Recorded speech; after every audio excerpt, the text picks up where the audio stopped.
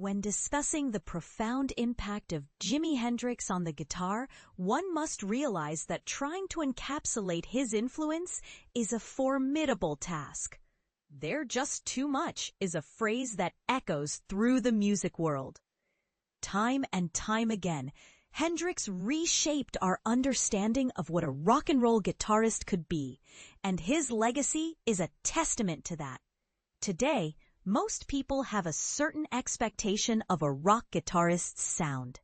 But many of the signature techniques that are now commonplace were first pioneered by Hendrix himself.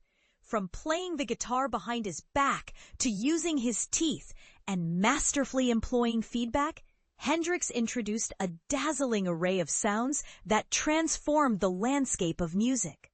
While he certainly drew on the blues, a genre that was integral to rock, he was not content to simply replicate it. Unlike Eric Clapton, who sought to emulate his blues predecessors, his iconic album, Are You Experienced?, contains elements reminiscent of blues legends like Muddy Waters and Robert Johnson, yet simultaneously embraces the soulful melodies of Curtis Mayfield. Tracks like May This Be Love showcase his knack for songwriting, while pieces like Manic Depression hint at genres that were still emerging at the time. For Hendrix, genre classifications were not rigid borders, but rather a rich palette from which he could draw inspiration. This flexibility allowed him to explore various musical styles fluidly. His work, particularly in Electric Ladyland, suggests that he could have effortlessly transitioned into jazz if given the opportunity, standing proudly alongside the genre's greats. Much of Hendrix's creative bravado stemmed from his eclectic listening habits, but one cannot overlook the influence of the Beatles.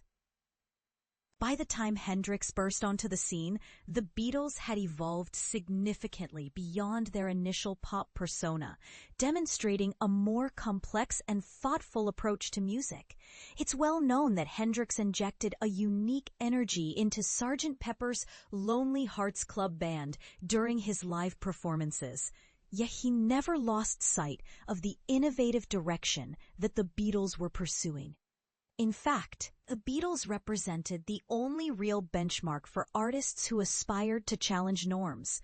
While Frank Zappa and his band, the Mothers of Invention, produced music that often contravened conventions, the Beatles' White Album explored multiple musical pathways seamlessly, ensuring that every sonic turn remained delightful.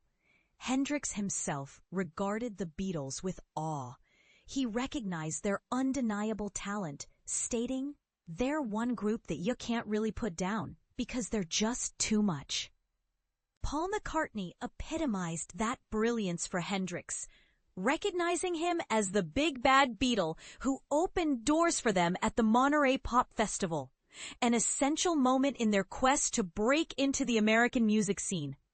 Even though Hendrix was not signed to Apple Records at the time, the palpable excitement in the air during his performances signaled that everyone was witnessing something extraordinary. While he paid homage to rock and roll pioneers like Little Richard and Chuck Berry, Jimi Hendrix expanded the palette of what rock music could accomplish. By the close of the 1960s, both Hendrix and the Beatles had collectively charted a bold new course for the genre. The untimely passing of Hendrix means we can only speculate about the musical innovations he could have unveiled had he lived through the 1970s. Given the directions in which the Beatles were heading, it's likely Hendrix would have continued to forge his own unique path. Whether through the Jimi Hendrix Experience, Band of Gypsys, or his solo endeavors, the magic of Hendrix lies in his unpredictability. Each album promises a distinct experience, leaving listeners eager to discover what surprises await. What do you think? Was Hendrix's approach to music truly revolutionary, or were there others who influenced him more than we realize? Dive into the comments and share your thoughts. www. Never Miss a Beat, the Far Out Beatles newsletter. all the latest stories about the Beatles from the independent voice of culture, straight to your inbox.